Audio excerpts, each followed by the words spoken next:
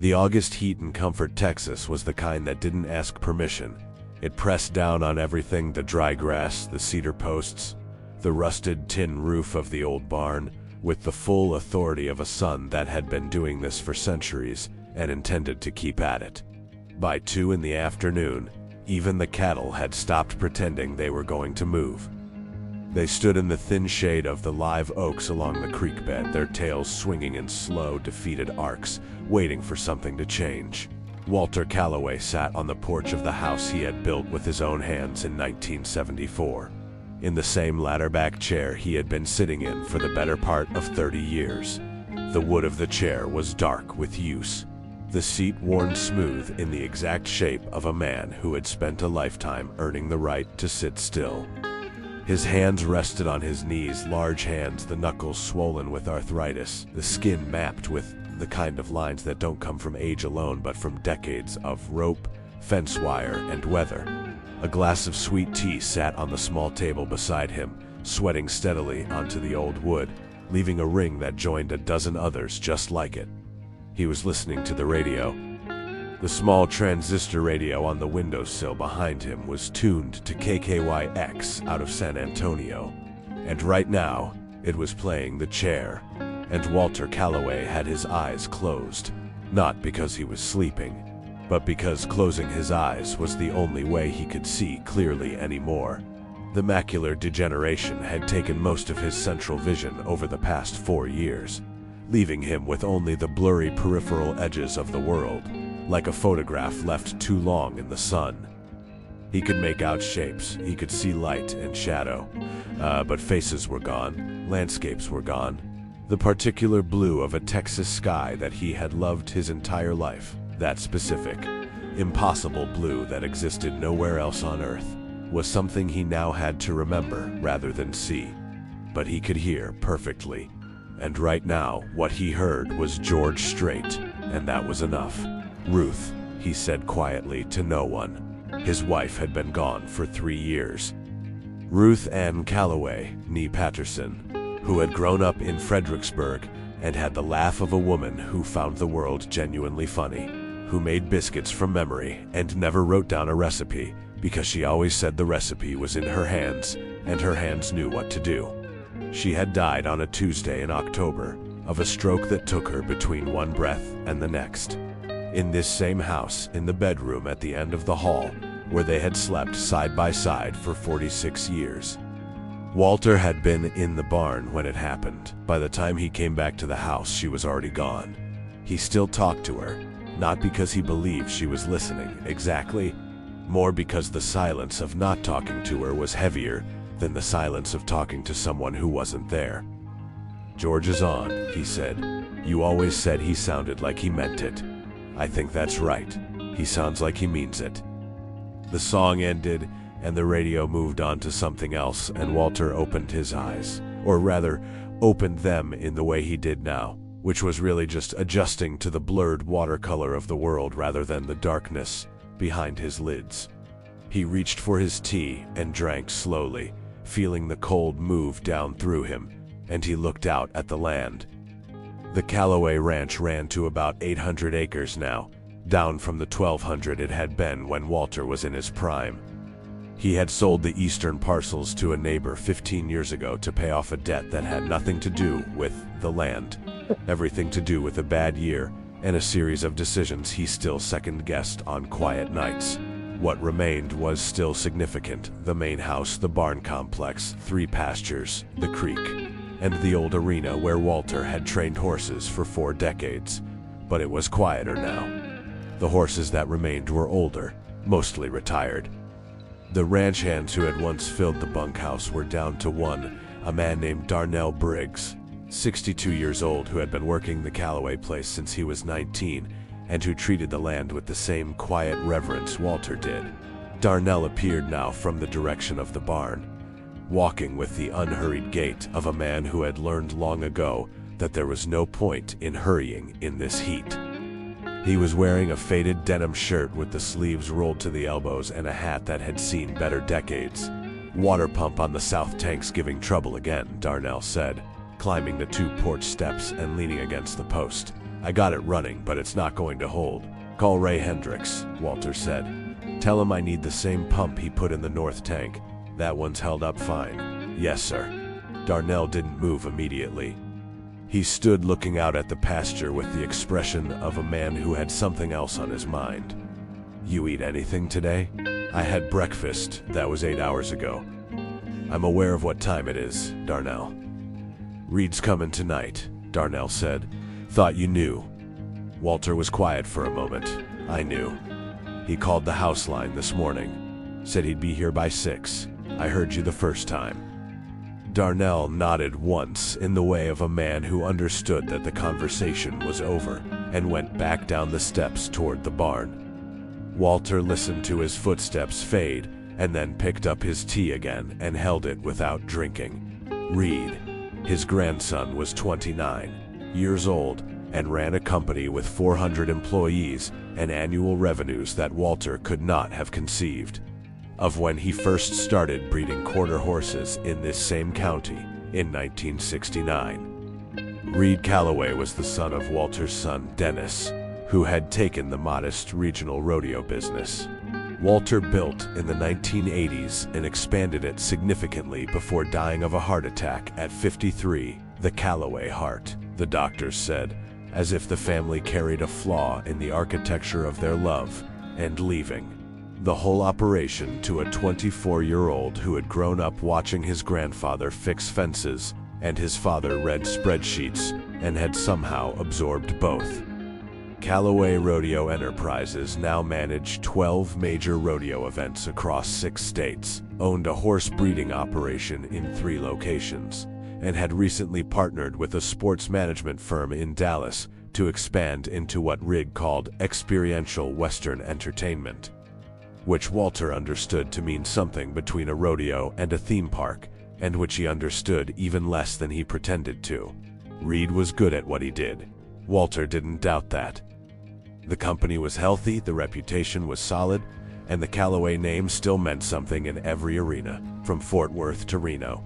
But there was a quality to Reed's relationship with the business, a certain frictionless efficiency, a way of speaking about horses and land and tradition in the language of assets and market positioning that occasionally made Walter feel like a stranger in his own legacy.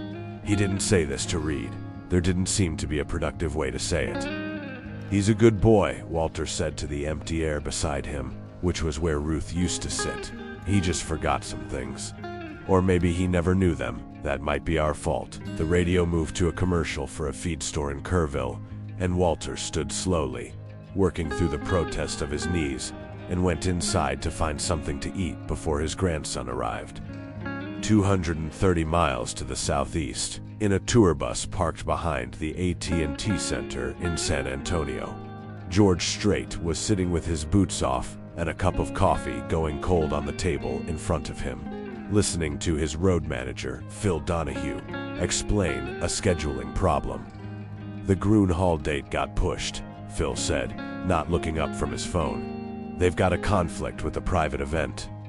Bobby's trying to find an alternative window, but it's looking like we might lose the weekend entirely. What weekend? September 14th. George looked at the window. Outside, the crew was breaking down the stage equipment with the practiced efficiency of people who had done this exact thing in this exact sequence in dozens of cities. And the afternoon light was hitting the back of the arena in a way that made the concrete look almost warm. All right, he said. There's also a sponsor request from Phil. George picked up his coffee. I've been doing this for 40 years. I know how to wait for news about a schedule. You don't have to tell me every piece of it the moment it comes in.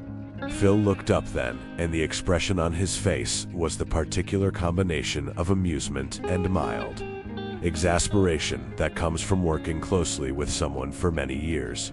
You want me to filter? I want you to tell me the things I need to decide right now and let the rest of it develop. Fair enough. Phil put the phone face down on the table. The show tonight went well. It went well, George agreed. Crowd was good. Standing ovation on Amarillo by Morning. Twice. That song's been getting standing ovations for 40 years. At some point you stop being surprised. Phil smiled. Most people would take that as a compliment. I do take it as a compliment. I also take it as a reminder that the song does most of the work. George set down the coffee and reached for his hat from the seat beside him. I'm going to ride with Jimmy back to the hotel instead of the bus. I want some air. Jimmy's already at the hotel. He took the equipment van. Then I'll drive myself. Phil opened his mouth, recognized the expression on George's face, and closed it again. George Strait had been driving himself places since long before he was famous, and he had never entirely stopped. And this was one of those things that his team had learned to accommodate rather than argue about. Take the 281 north, Phil said. Less traffic than the 10. I know how to get to the hill country, Phil. He was out of the bus 10 minutes later, in his own truck, a dark blue F250 that he'd had for 6 years, and that had the comfortable interior of something. Lived in, heading north out of San Antonio with the windows down and the early evening air coming, in warm and smelling of cedar and caliche dust. He had a George Jones CD in the player because sometimes the only music that made sense after a show was someone else's. And he drove at an easy highway pace with his arm out the window and thought about nothing in particular. He had been doing this for 4 decades, performing, traveling, coming back, going out again. He was in his mid-70s now, and he still meant it, still felt the songs the same way he had when he was 23 years old and nervous in front of a crowd of 30 people in Pearsall. That hadn't changed. What had changed, gradually and imperceptibly, was his relationship with the machinery around the music, the scheduling, the business, the way every evening became a production in both the artistic and logistical sense. He didn't resent it. He understood it. But there were times, driving like this with nobody watching and nothing scheduled, when he felt more like himself than he did on any stage. The truck gave the first indication of trouble just past the comfort exit, a subtle roughness in the engine that a man who had spent his life around horses and machinery recognized immediately as a precursor to something more serious. He eased off the accelerator and listened.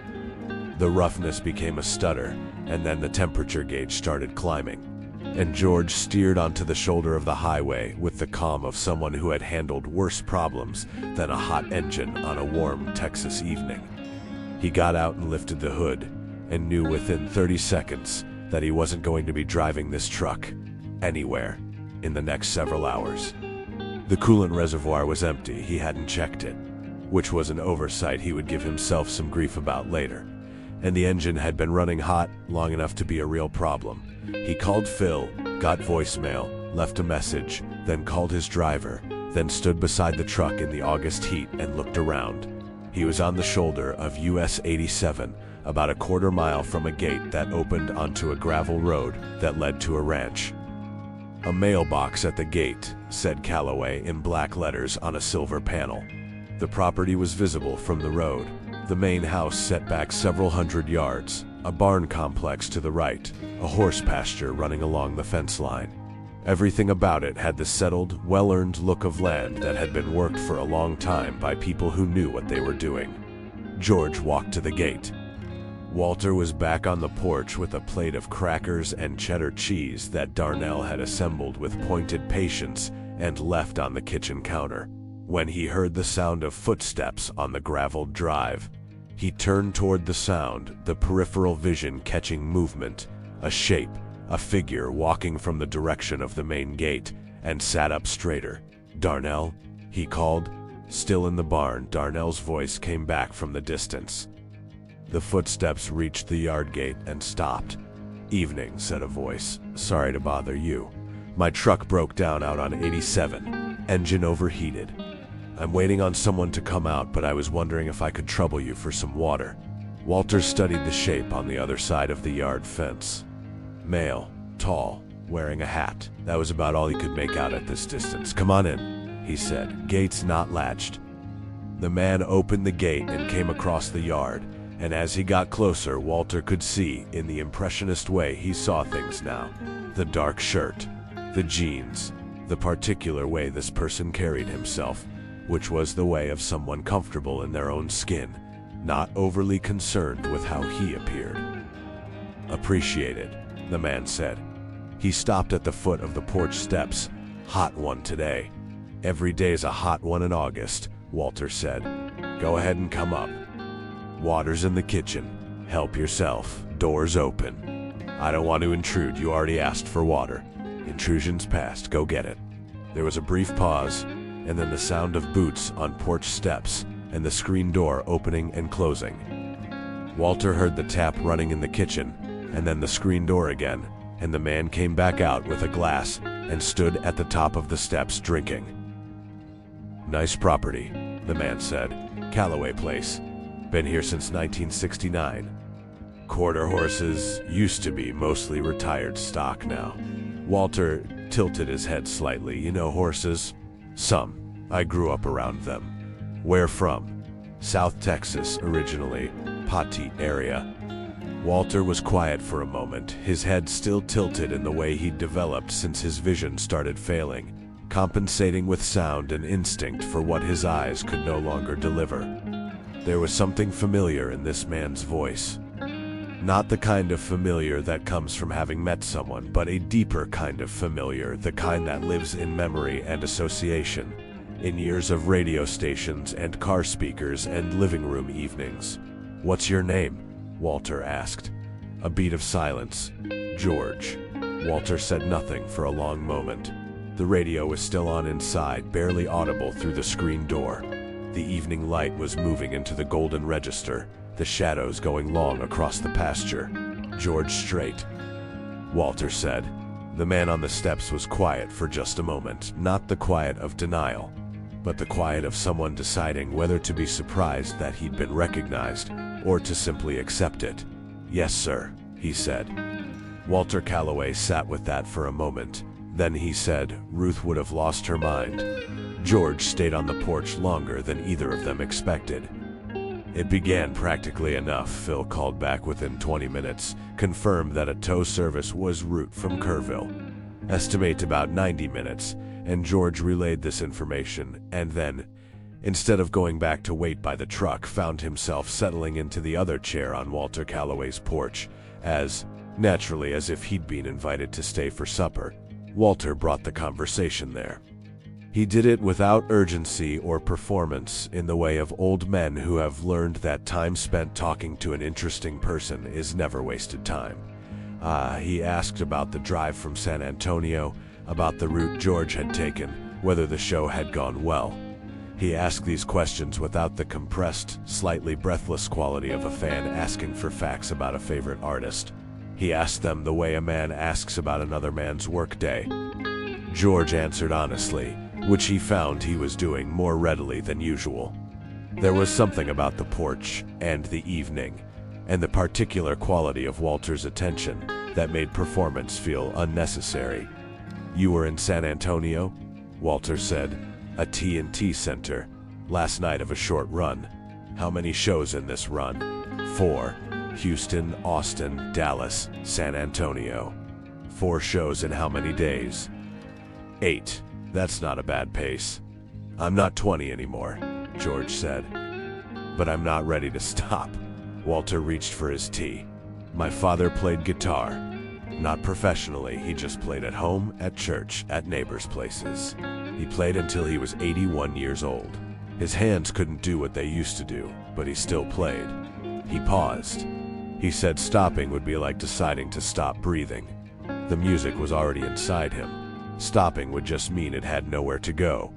George looked at the old man. "That's right," he said. "That's exactly right. I listened to you on the radio," Walter said, and there was something different in his voice now. Not the casual register of the previous conversation, but something quieter and more careful. "Have for a long time. My wife, Ruth, she passed 3 years ago. She used to say you were the most honest singer she'd ever heard. She meant it as the highest compliment. She had very little patience for dishonesty in any form." "How long were you married?" 46 years. Walter said it simply, without calculation. We met at a rodeo in Uvalde in 1971. She was there with her cousin, and I was there competing. I came in second in calf roping, and she told me she'd never dated men who came in second. He paused. I came back the next month and won. She went out with me that night. George laughed, a genuine, unguarded laugh. Did she ever let you forget it? Every anniversary. 46 years, every anniversary, she'd say, remember when you had to win a rodeo to get a date?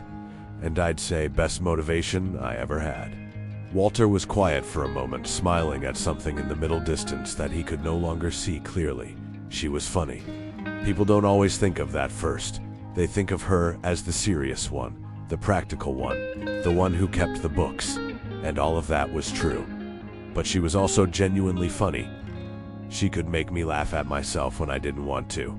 That's a real skill. It is, George said. The evening was settling into the blue-gray register that comes in Texas just before sunset, when the heat begins to release and the air gets something gentle in it. A mockingbird was going through its repertoire in the cedar tree at the corner of the yard, cycling through borrowed songs with the unself-conscious confidence of a creature that has decided all music is available to it. "Can I ask you something?" Walter said. "Sure." The song check, yes or no. He said the title carefully, with the precision of someone who wants to get a name exactly right. Ruth and I. That was a song we had. I know every couple says that about some song, but that one, it came out in 1995, and we'd been married more than 20 years, and she heard it on the radio, and she called me in from the back pasture just to listen to it. She said, "That's us." And I said, "We're not kids in school." And she said, "The feeling is the same." He paused. "Was that song, when you recorded that, did you know it was going to be what it became?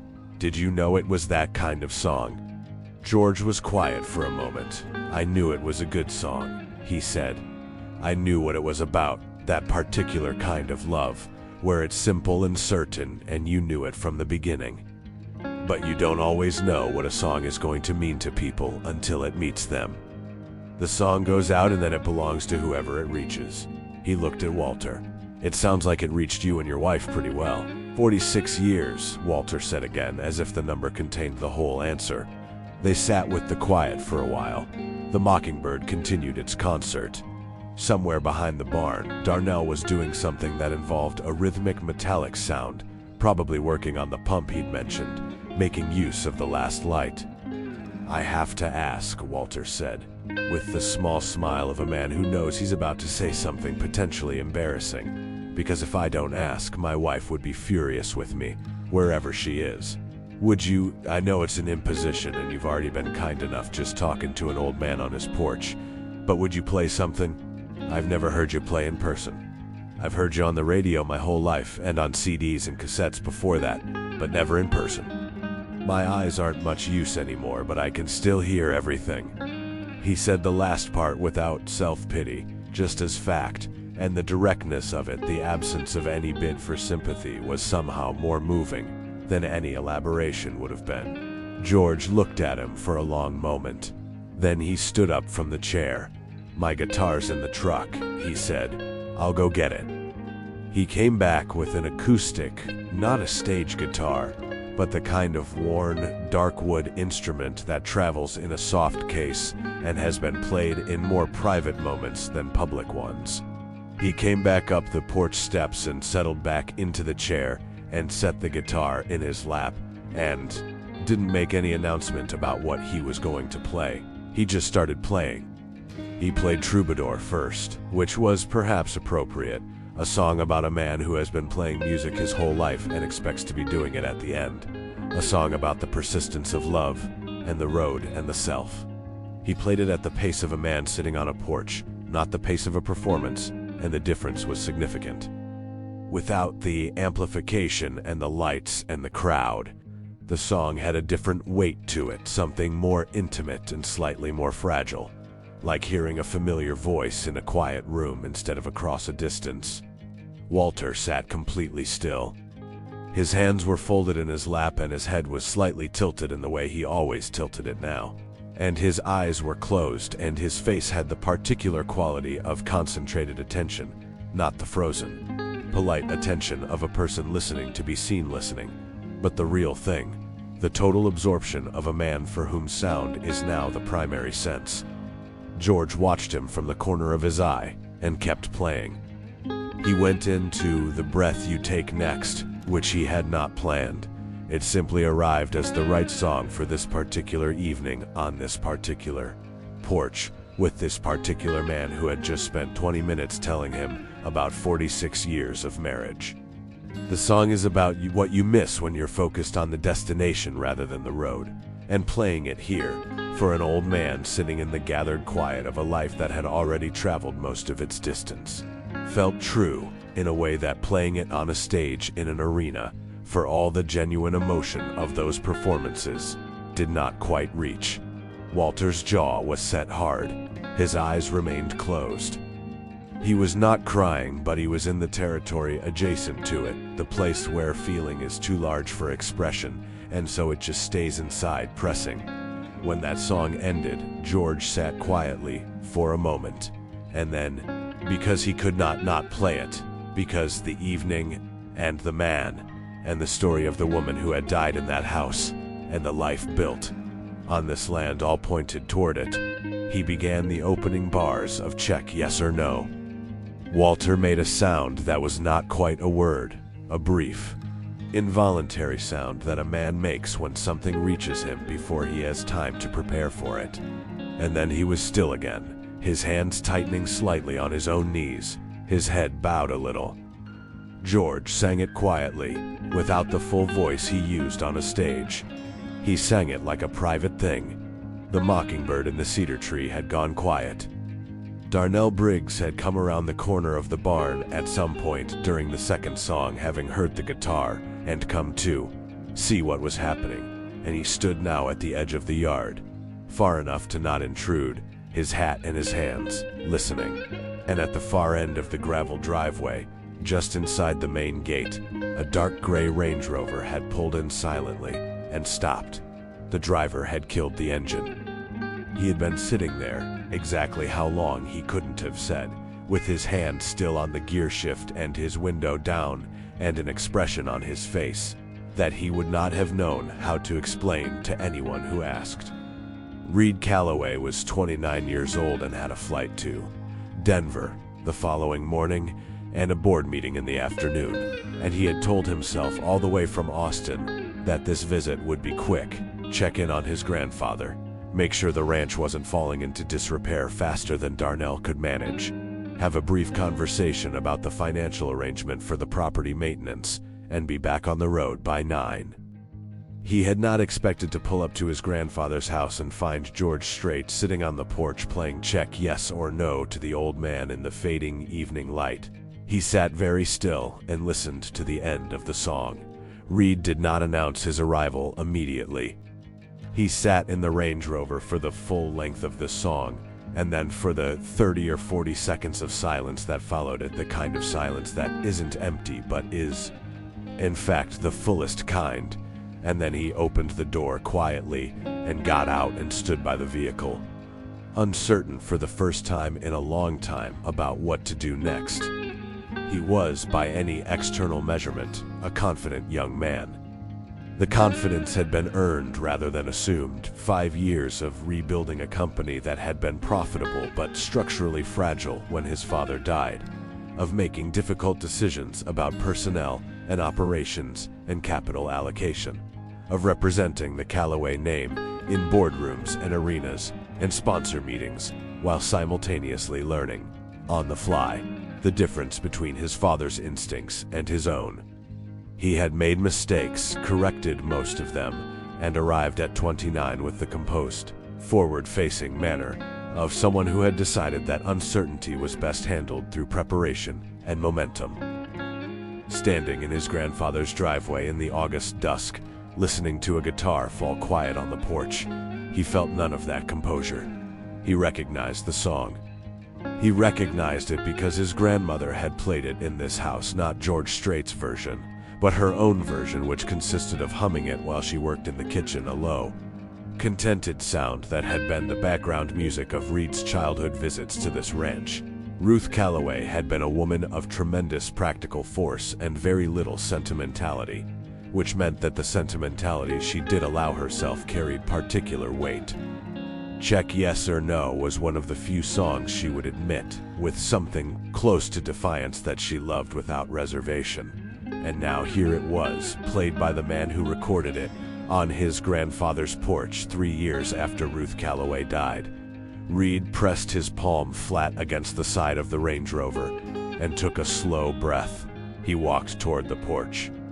George Strait saw him coming first, a young man crossing the yard from the direction of the gate, walking with the contained, purposeful stride of someone who keeps their cards close. He noted the quality of the clothing, the bearing, the way the young man's eyes went first to the old man in the chair, and then to George himself with an expression that was equal parts surprise and something harder to name. "Reed," Walter said without turning. He had heard the footsteps. "Grandpa." Reed came up the porch steps and put his hand on the old man's shoulder briefly, a gesture of contact rather than tenderness, though there was tenderness in it if you looked. Then he looked at the man in the other chair with the guitar. "I'm Reed Calloway," he said, with the professional steadiness of someone who has learned to stay even-keeled regardless of how uneven the ground. "I apologize for pulling in unannounced. I didn't want to interrupt." "George Strait," George said, extending his hand. "Your grandfather was kind enough to let me wait out a breakdown. I appreciate the porch." "Your truck's on 87?" Reed said. He had passed a dark blue F250 on the shoulder about a quarter-mile back and registered it without thinking. "Tows on the way from Kerrville." Reed nodded. He stood for a moment with the particular stillness of someone who is processing several things at once and choosing which one to address. Then he pulled a chair from just inside the screen door, a wooden chair that lived there for no reason anyone remembered, and set it at the edge of the porch and sat down. "I heard the last song from the gate," he said. He said it simply, without elaboration, but it landed in the conversation with a quiet weight. Walter turned his head slightly toward where Reed was sitting. "Which one? Check yes or no." The old man was quiet. "Did you?" "Yes, sir." Another silence. The evening had gone fully into the blue hour now, the sky above the pasture a deep, saturated color, the first star beginning to assert itself in the eastern sky. The mockingbird resumed in the cedar tree, tentatively, as if feeling out whether the large emotional weather had passed. "She hummed that song in the kitchen," Reed said. He wasn't addressing anyone in particular, or perhaps he was addressing both of them equally. "I used to sit at that kitchen table when I was 8, 9 years old, and she'd be making something, biscuits or soup, or one of those pies she made that nobody could replicate, and she'd be humming. I didn't even know what song it was for a long time. It was just the sound of this house." Walter set his jaw, nodded once. George said nothing, which was the right thing. "I should have come more," Reed said, and the sentence arrived without warning and seemed to surprise him as much as the others. He stopped, seemed to reconsider whether to continue, and then continue. "I keep telling myself that keeping the company strong is the thing Grandpa would want, the thing Dad would have wanted, that the work is the way I honor the family. But sometimes I wonder if that's true, or if that's just what I tell myself." The porch held the confession without comment. This was one of the things porches are for. "Your grandmother understood business," Walter said finally. "She understood that it takes time and attention, and that those things cost you in other places. She didn't blame you for working, Reed. She was proud of you. She told me that many times." He paused, but she also said, "And I'm telling you this because she would want me to. She said she hoped you knew that the company was a means to an end." "Not the end itself." Reed looked at his grandfather.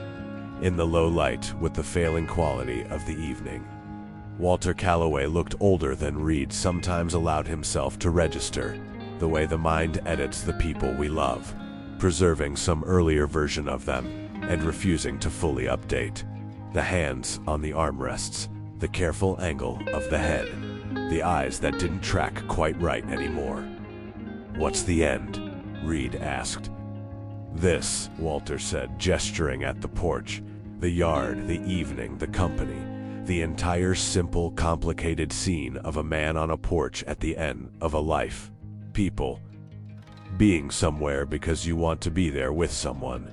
The thing the work is supposed to make possible. He turned his head toward where George was sitting. You asked me earlier what it feels like to still play music after all these years. This man just told me his father played until he was 81 because stopping would mean the music had nowhere to go. He looked back in Reed's direction. That's what the work is for, so the music has somewhere to go. Reed sat with that.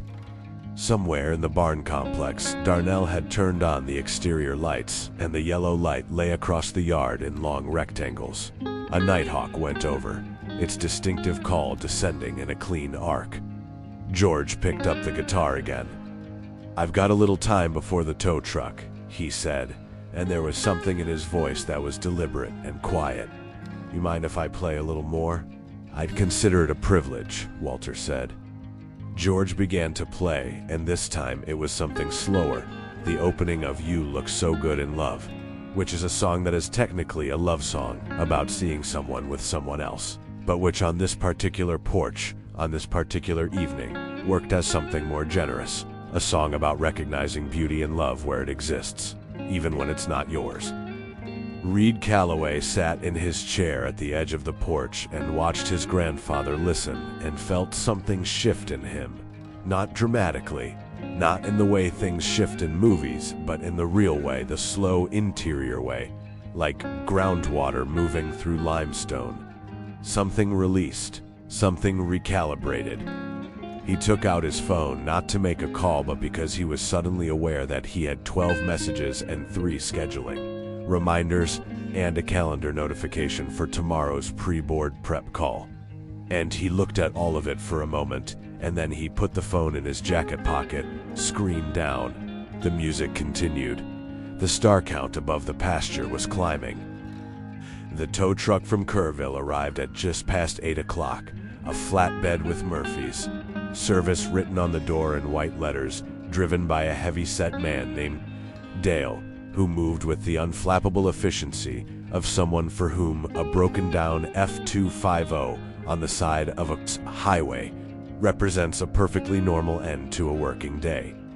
George excused himself from the porch and walked out to the road with Dale, went over the situation, and stood by while the truck was loaded. Phil Donahue arrived 20 minutes later in a rental car, mildly frantic in the contained way of someone who has learned that panic is not useful, but has not entirely stopped feeling it. "I got 3 calls from the hotel asking where you were," Phil said, coming around the front of the rental. "And Bobby wants to know about the September." "Tomorrow," George said. "All of it tomorrow." Phil looked at him, then at the ranch entrance, then back. "You all right?" "Fine, good, actually." George looked back toward the ranch where the porch lights were on, and 2 figures were visible in the chairs. Nice people. The Calloways, you know who that is? I know who Walter is. I gathered as much about the family. Reed Calloway runs one of the biggest rodeo operations in the country. His grandfather built the whole thing from scratch. "I know," George said. "The grandfather told me." Phil shook his head with the expression of a man who has learned to stop being surprised. "You want to go say goodbye, or I already did," George said.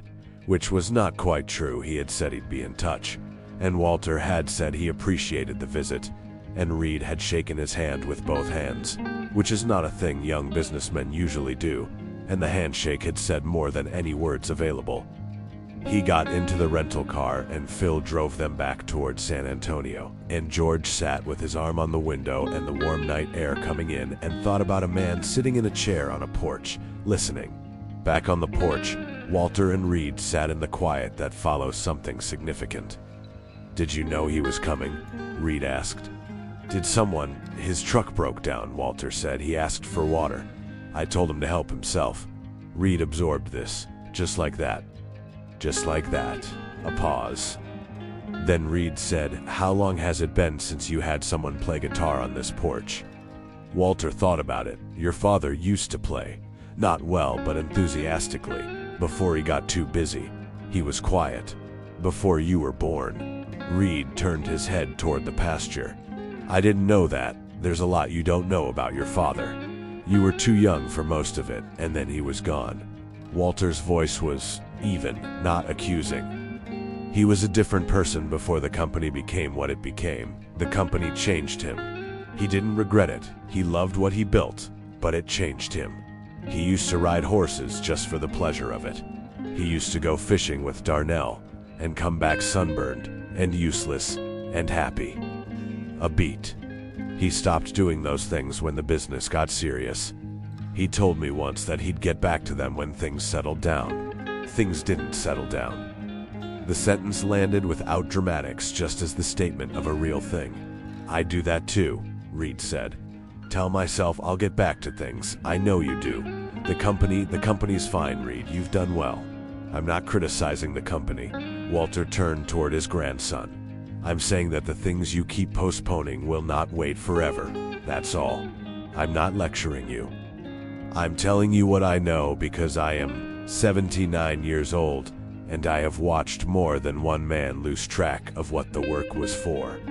Reed looked at his grandfather's profile in the porch light. The strong jaw, the white eyebrows, the eyes that scanned the middle distance without fixing on anything. He had a sudden, sharp, almost physical awareness of the temporary nature of this man, this porch, this particular version of the world. "I'm going to come more often," Reed said. Walter nodded slowly. "I'd like that. I mean it. I know you do." A pause. "Stay tonight. Darnell makes decent coffee in the morning, and the sunrise over the east pasture is still worth seeing, even for an old man who can barely see it." Reed looked at his phone, thought about the flight to Denver, the board meeting, the pre-call at 7 a.m. "All right," he said. "I'll stay." 3 weeks later, Reed Calloway was sitting in a conference room on the 14th floor of a building in Dallas, half listening to a presentation about venue acquisition strategy, when his assistant, Nora Fitzpatrick, appeared in the glass doorway with the expression she used when something required his attention ahead of schedule. He excused himself from the room. "Your grandfather's in the hospital," Nora said. She said it quickly and directly, which was her manner and which he valued. Darnell Briggs called the office. It was a fall. He missed a step on the porch stairs this morning. They think it's a hairline fracture in the hip. He's at Peterson Regional in Kerrville. Darnell says it's not life-threatening, but they're keeping him for observation and likely surgery. Reed had already picked up his jacket from the back of the chair outside the conference room. "Tell David Holt he can run the rest of the acquisition meeting," he said. "He has the materials. Tell Bobby I need a car to Love Field in the next 40 minutes. Cancel Denver tomorrow." Nora was already typing. "Done." "Anything else?" Reed thought for a moment. "Get me Phil Donahue's contact, the road manager, George Strait's team." Nora looked up briefly. "George Strait." Yes, she didn't ask for an explanation. That was also something he valued. "I'll find it." He was in the car, 8 minutes later, on the phone with Darnell, getting the specifics. The fall had happened at 6:30 in the morning. Walter had gone out to the porch earlier than usual, possibly disoriented in the low light, and missed the second step. Darnell had found him in the yard and called 911 immediately. The ambulance had been there within 12 minutes. Walter had been conscious and coherent throughout. His first words to Darnell after the fall, according to Darnell, had been, "Stop looking at me like that. I'm not dead." "How bad is the hip?" Reed said. "Doc at the ER said hairline fracture, left hip. They want to do a procedure to stabilize it. Not full replacement," she said. "At his age and his bone density, it's more of a pinning situation. Recovery time is 6 to 8 weeks with physical therapy." "Is he in pain?" "He's complaining about the food," Darnell said, "so I'd say he's managing." Reed sat back against the seat of the car and exhaled. "I'll be there by 2. He's going to tell you not to come. I know.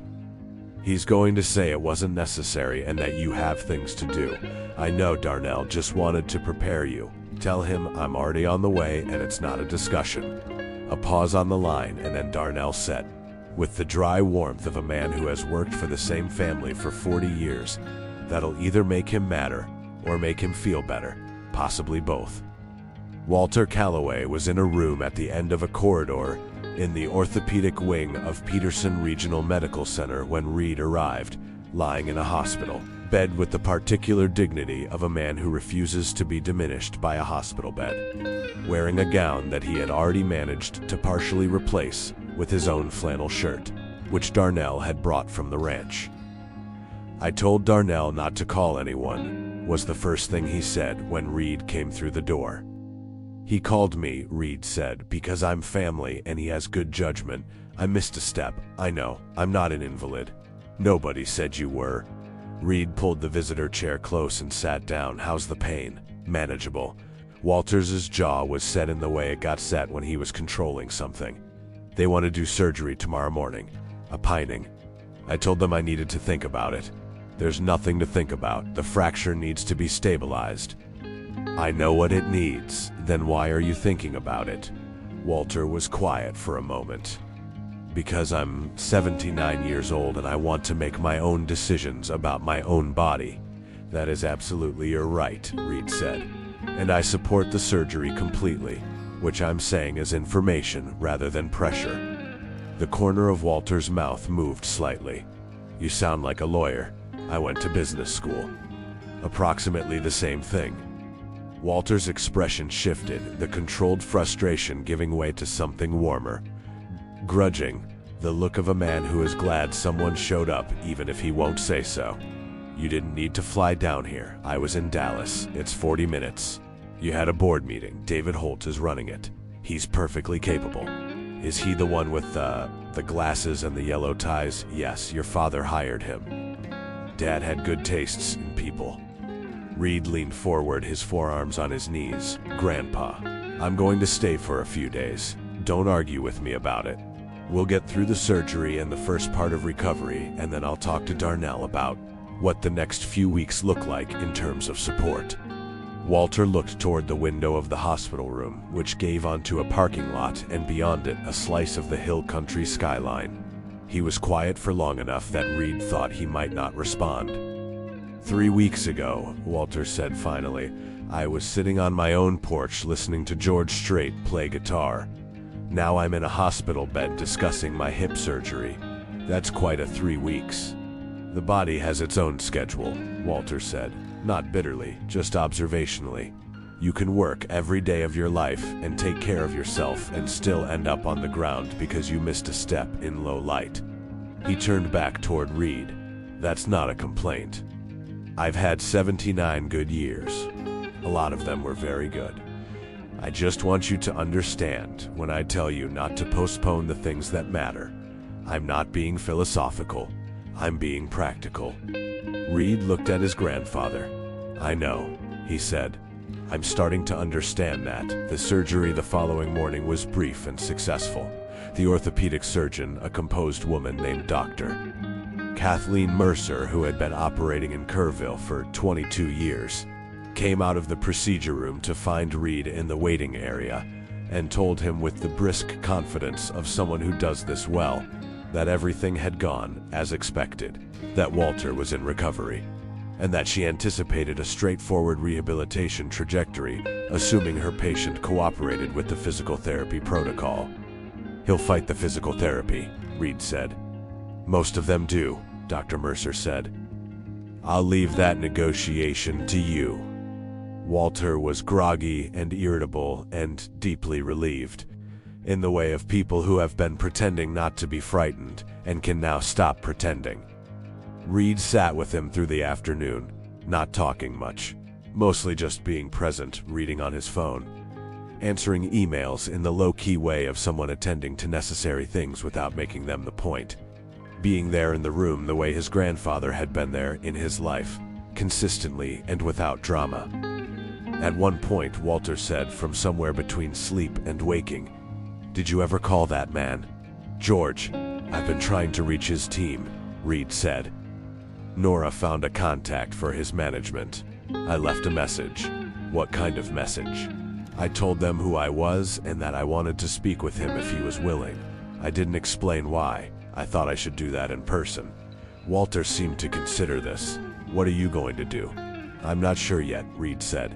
Something appropriate, something that tells him what last month meant. He didn't do it for a reward, Walter said. I know that. That's not what this is. Make sure it's not. It won't be. Reed looked at his grandfather. I was thinking more along the lines of making it mean something, not just writing a check. Something that connects back to what he did and why it mattered. Walter closed his eyes again. Your grandmother would like that, he said, from somewhere soft and distant. She had no patience for gestures that were only about the person making them. Nora called back the following afternoon with news. Phil Donahue had returned her call and was willing to connect. Reed with George Strait's personal contact for a brief conversation, if Reed could explain the nature of the request. Reed called Phil directly. I appreciate you calling back, Reed said. I'll keep it short. George's truck broke down near my grandfather's ranch in Comfort about 3 weeks ago. My grandfather is Walter Calloway. He's 79, mostly blind, lives alone on the place. George came in and had some water and stayed to talk, and he played guitar for my grandfather on the porch. 3 songs, unprompted, just because my grandfather mentioned he'd never heard him play in person. A pause. I pulled in at the gate and watched the whole thing from my car without them seeing me. I don't know if George mentioned it to you. A brief silence on Phil's end. He said he met some nice people. My grandfather is a good man, Reed said. He built the Calloway rodeo business from nothing. He lost his wife 3 years ago. He doesn't ask for much from anyone. What George did for him that evening, I watched my grandfather's face and he stopped, composed himself. I want to do something real, not a gift basket, something that connects back to what music means to my grandfather and what that evening meant. Another pause. I was hoping to speak with George about an idea. I don't want to do it without his involvement because it involves him. Phil was quiet for a moment. Then, let me talk to George. He'll want to know what the idea is. I'll tell him everything, Reed said. Whatever he needs to know. 2 days later, Reed's phone rang with a Texas area code he didn't recognize. Reed Calloway? Said a voice that he had heard on the radio his entire life. Yes, sir, Reed said. Phil tells me you've got something in mind. I do, Reed said. But I want to hear first. Is it all right with you that I'm calling? I know you didn't do what you did for any kind of recognition. If you'd prefer I just let it be, I understand completely. A pause on the line. Then George said, tell me what you're thinking. Chapter 5. The music has somewhere to go. The day of the concert was a Saturday in late October, and the Hill Country had decided, as it occasionally does in a good year, to cooperate fully with the human need for beauty. The live oaks along the creek had gone gold and copper. The sky was the particular Texas blue that Walter Calloway had loved his entire life and could no longer see clearly. And the air was cool enough to mean something after the long tyranny of summer. The Calloway Ranch looked different than it had in August. Not structurally the same house, the same barn, the same cedar posts and rusted tin, but in the quality of its occupation. There were trucks in the field where Reed had improvised a parking area. A stage had been erected in the old arena, a modest stage, not a concert rig, more like the kind of thing you'd see at a county fair, but well built and properly lit. String lights ran along the fence lines, casting a warm amber glow across the space. 140 chairs had been arranged in a curve facing the stage, and most of them were filled. The guests were not random. Reed had spent 3 weeks on the list with the help of Nora Fitzpatrick, who had turned out to have an organizational mind perfectly suited to the particular challenge of convening, quietly and without fanfare, the people who had been part of Walter Calloway's life. Old rodeo competitors who had ridden in events Walter ran in the 80s and 90s. Horse breeders he had worked with for decades. The men and women who had worked on the ranch at various points in its history. The family of Ruth Ann Calloway, her sister from Fredericksburg, 2 nieces from San Antonio, a nephew from Houston. Friends from the Comfort community who had known Walter for 30 or 40 years. Dennis Calloway's old colleagues, some of whom had gone on to build their own operations, and who still spoke of Dennis with the particular affection of people shaped by a mentor. And Darnell Briggs, who had known about the whole thing for a week and had maintained perfect secrecy, partly out of loyalty and partly because he found genuine pleasure in Walter's imminent surprise. Walter himself was sitting in a chair at the edge of the arena, under a portable awning, wearing a pressed white shirt and his best boots. He had been told by Reed that there was a small gathering in his honor. Reed had used the phrase casually, carefully, allowing his grandfather to assume it was something modest. Walter had accepted this with the particular tolerance of an old man who has learned to allow the people who love him certain harmless deceptions. He could hear the crowd, the sound of people talking, chairs moving, the low ambient warmth of a gathering. He could hear that it was more than a small gathering. "Reed," he said. Reed was standing beside his grandfather's chair. "Yes, sir. This is not a small gathering. I may have understated slightly. How many people are here?" "About 140. Walter was quiet. "Then, about 140. Walter was quiet. "Then, Ruth would have said that's not a gathering, that's a crowd." "She would have been right," Reed said, "and she would have loved every minute of it." Walter turned his head slowly, working through the blurred peripheral impressions of the space, shapes, and movement and light. The amber glow of the string lights along the fence, the warm mass of people in the chairs. He could not see faces, but he could hear voices, and from voices he could sometimes recover the person. "That's Clara," he said suddenly, identifying something in the crowd. "Clara Patterson, Ruth's sister." "Yes, sir. She drove up from Fredericksburg this morning." And that he tilted his head. "Is that Ray Hendricks with his wife and 2 sons?" "Ray Hendricks has been fixing my pumps for 30 years. Walter's voice had the particular texture of a man being surprised by the arithmetic of his own life. The accumulated years, the accumulated people. "I didn't know he was coming." "Nobody knew they were coming," Reed said. "That was the idea."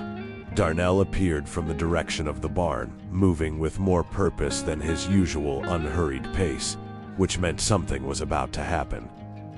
He leaned down to Reed and said something quietly, and Reed straightened and put his hand briefly on his grandfather's shoulder. "Give me 5 minutes," Reed said. "There's something I have to do." He crossed the arena to the stage where a microphone had been set up at the front.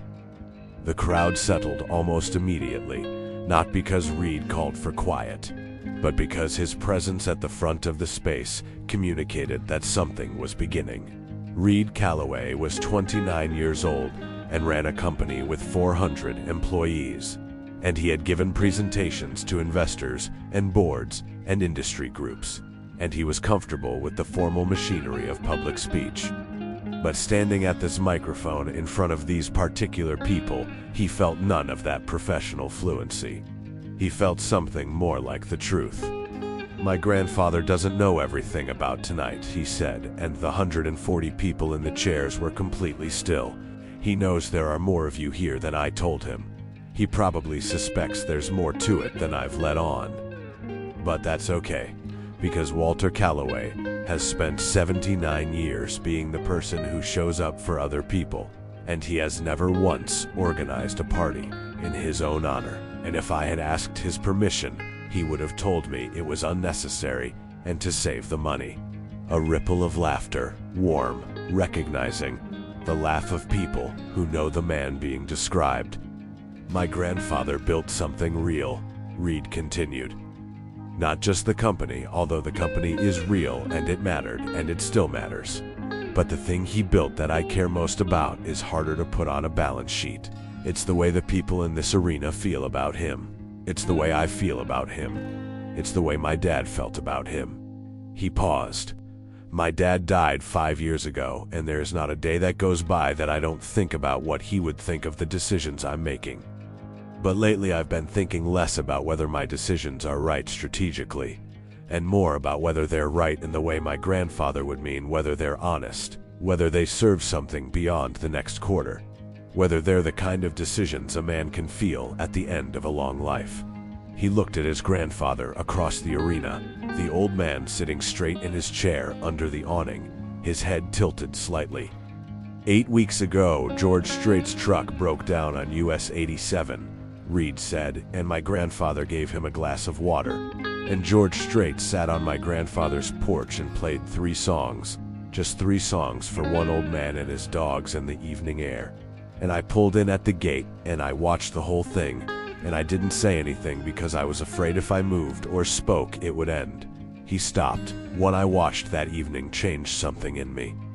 I watched my grandfather listen to music the way a person listens when they've earned it, when they've lived enough life to know what the song is actually about. And I realized I haven't been living that way. I've been moving too fast through too many rooms, and I've been leaving the people I love at the edge of my schedule instead of at the center of it. The arena was very quiet. Tonight is my attempt to correct that, Reed said. Starting with my grandfather. Starting now. He stepped back from the microphone. From the side entrance of the arena, George Strait walked out. The sound that went through the crowd was not the sound of a performance audience reacting to a star. It was something more personal than that. The particular sound of a group of people who have been moved, and who recognize that they are in the presence of something they will remember for a long time. The applause was immediate and full, but underneath it there was something quieter. An emotional charge that had been building since Reed began speaking and was now looking for somewhere to go. George came to the microphone with a guitar, the same worn acoustic that had been on Walter Calloway's porch in August, and he looked out at the crowd and at the old man under the awning at the edge of the arena. "Walter," he said into the microphone. The old man raised his chin. "I play a lot of shows," George said. "I've been doing it for a long time and I'm grateful for everyone. But every once in a while you play for somebody and, you just know that the music went exactly where it was supposed to go." He paused. 8 weeks ago, I played 3 songs on your porch and you listened like every word mattered. You gave me something back that night. I don't think you knew you were doing it, but you were." He looked down at the guitar and then back up. "This one's for you, Walter, and for Ruth." He began to play. He played Troubadour first because that was how it had started, and there was something right about returning to the beginning. But this time it was not a man on a porch with one listener. It was a man on a stage with 140 people who had come from across Texas because of what one old man had meant to their lives, and the song carried all of it. Walter sat with his hands on his knees and his head tilted and his eyes closed, the same way he had sat on the porch in August. And the tears came without his permission, without drama.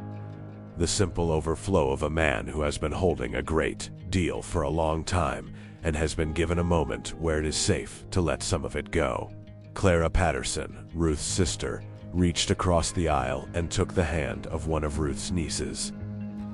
Darnell Briggs stood at the back of the arena with his hat pressed to his chest and looked at the man he had worked beside for 43 years and felt the particular ache of loyalty and time. Reed stood at the side of the arena, not on the stage, not at the center of anything, just watching his grandfather. The way he should have been watching for years, the way he intended to keep watching. George played for 40 minutes. He played the songs that Walter loved. Check Yes or No, The Breath You Take, You Look So Good in Love, Oceanfront Property, Famous Last Words of a Fool, Easy Come, Easy Go.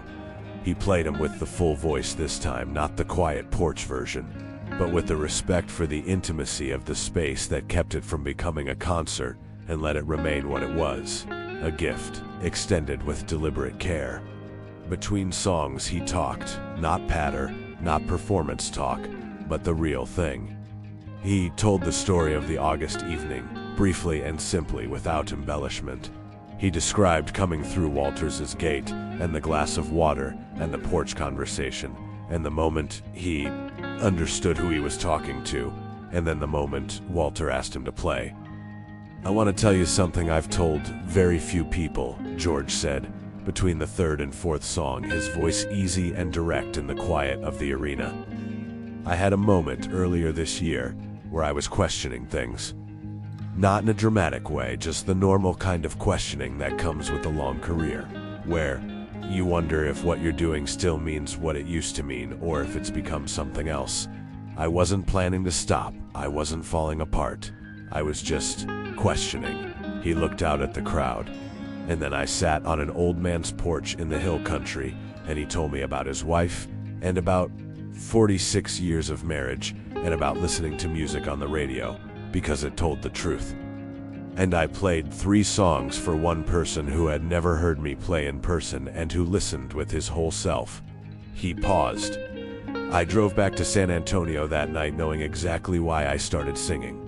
Sometimes you need someone to give that back to you. Walter Calloway gave that back to me. In the chair under the awning, Walter's jaw worked.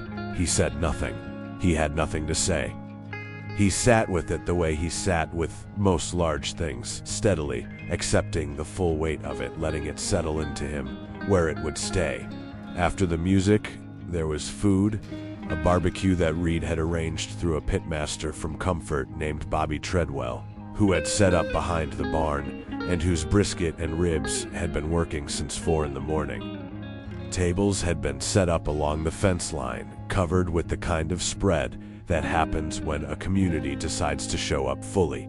Sides from a dozen different households, cornbread and cobbler and sweet tea and cold, Lone Stars, and the particular abundance that characterizes hill country hospitality when it gets serious. George stayed for 2 hours. He moved through the crowd without a security detail, without a handler, just a man at a party in a ranch arena who happened to be George Strait, talking to Ray Hendricks about pump mechanics, which surprised Ray Hendricks considerably. Talking to Ruth's sister Clara about Fredericksburg, where he still had family connections. Talking to 2 of Dennis Calloway's old colleagues about the regional rodeo industry and the changes of the past decade. And he sat with Walter. They found a corner of the arena that was slightly removed from the main gathering, and Darnell brought them both plates and sweet tea. And they sat and ate and talked the way they had talked on the porch in August Isley. Without performance, 2 men in the second half of life who had found in each other an uncomplicated ease. "Your grandson did something real here," George said. "He did," Walter agreed. "He surprised me, which is not easy to do. He's a good man. He's learning to be. He was always a good person. He's learning to be a good man, which takes longer and requires different things."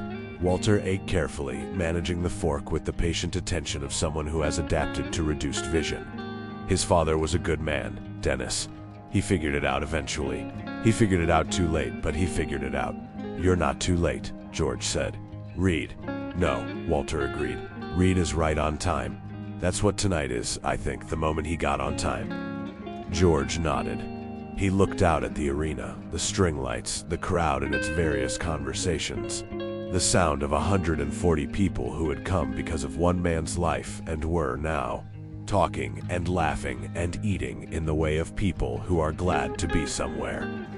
Reed was visible at the far side, standing with Clara Patterson, his head inclined toward her in the posture of a man listening carefully to an older woman who has something worth hearing. "He told me your wife's name was Ruth," George said. "Ruth Ann. He told me she hummed that song." Walter was quiet for a moment. She had a particular way of humming it. Low, not like she was performing it, just like it was running through her mind, and the mind decided to give it sound. He set his fork down. "I can still hear it. I expect I always will." He turned his head toward George. "You gave me that back tonight. I don't know if you understand what that means." "I think I do," George said. "The song, Check Yes or No, I told you in August what it meant to us. But what you don't know is that in the 3 years since Ruth died, I couldn't listen to it. I'd hear the first bars on the radio and I'd turn it off. Not because I didn't want to remember her, because the remembering was too direct. It was like touching something that hadn't healed yet." Walter paused. "Tonight you played it and I heard it and I let myself stay with it. The whole song. And I thought about her the whole time and it didn't hurt the same way. It was more like she was still in the song and I couldn't visit her there. He was quiet for a moment. I don't know if that makes sense. It makes perfect sense, George said quietly. Good music holds people, Walter said. That's what Ruth always thought. She said the best songs hold the people who love them. She said long after she was gone, she'd still be in the songs we listened to together, and I just needed to listen. He picked his fork back up. She was right about most things. Sounds like she was right about you too. She said you sounded like you meant it. Walter's mouth moved towards something that was almost a smile. She was right about that. Reed found his grandfather near the end of the evening. When the crowd had thinned to the inner circle, Darnell, Clara Patterson, a few of the oldest friends, and the string lights were the primary illumination, and the night had gone full and cool and star-heavy in the way of hill country nights in October. Walter was in his chair again, his boots on the arena dirt, his plate cleared. He looked tired in the good way, the way of a man who has spent energy on something worth spending it on. Reed pulled a chair beside him and sat. You did good, Walter said. I had help. You had an idea. That's where everything starts. Walter reached over and found Reed's arm and put his hand on it, the large, swollen, knuckled hand of a man who has worked his whole life, resting on his grandson's forearm with a weight that was both literal and otherwise. Your father would have been proud of you tonight. Reed looked at the hand on his arm. He put his own hand over it. I'm going to come more, Reed said. I mean it this time. Not just when there's something urgent, just regularly. To sit on the porch, to have coffee in the morning. He paused. To learn some things I should have learned earlier. There's time, Walter said. I know. I'm not going to waste it. Good. They sat quietly, listening to Clara and Darnell laughing about something across the arena, listening to the Nighthawks going over, listening to the sound of the hill country settling into its own long evening. George asked me something tonight, Walter said. What? He asked what the most important rodeo in the country was from the inside. Not the most famous one, but the one that mattered most to the people who live this life. What did you tell him? I told him that when your grandfather started this company, there was a small regional event in Uvalde that nobody paid attention to nationally, but that every serious competitor in the hill country treated like the national finals. It was called the Callaway Spring Classic, and it ran for 32 years, and then it stopped when the funding dried up in the early 2000s. Walter paused. He asked if there was any reason it couldn't come back. Reed was quiet. He was very still, in the way of someone whose mind is already moving several steps ahead. He said he'd be willing to headline it, Walter said, with the particular composure of a man delivering information he knows is significant. If the right people were interested in bringing it back. Reed looked at his grandfather. He said, He said, and I'm quoting him, the music needs somewhere to go. It sounds like that event is somewhere it ought to go. Reed sat with it. He thought about the 800 acres of the Callaway Ranch. He thought about the old arena where they were sitting right now, which had once hosted competition that drew riders from 4 states. He thought about his grandfather's face in August when George Strait was playing on the porch, and his grandfather's face tonight when the same songs played to 140 people who had come from all over Texas to honor one man's life. He thought about what his father had built and what he himself had built and what the difference was between a business and a legacy. Tell me more about the classic, Reed said. And Walter Callaway, 79 years old, mostly blind, recovering from a repaired hip and newly returned to the sound of a song he had loved with his whole life, sat up slightly in his chair and began to talk. His voice was clear in the October night. The star count above the arena had reached something incalculable. The string lights burned warm along the fence lines, and somewhere in the cedar tree at the corner of the yard, a mockingbird began to run through its borrowed songs, cycling through every melody it had ever heard, offering all of it back to the dark, the way good music always does, without reservation, without holding back, certain that someone out there is listening. It was just a song,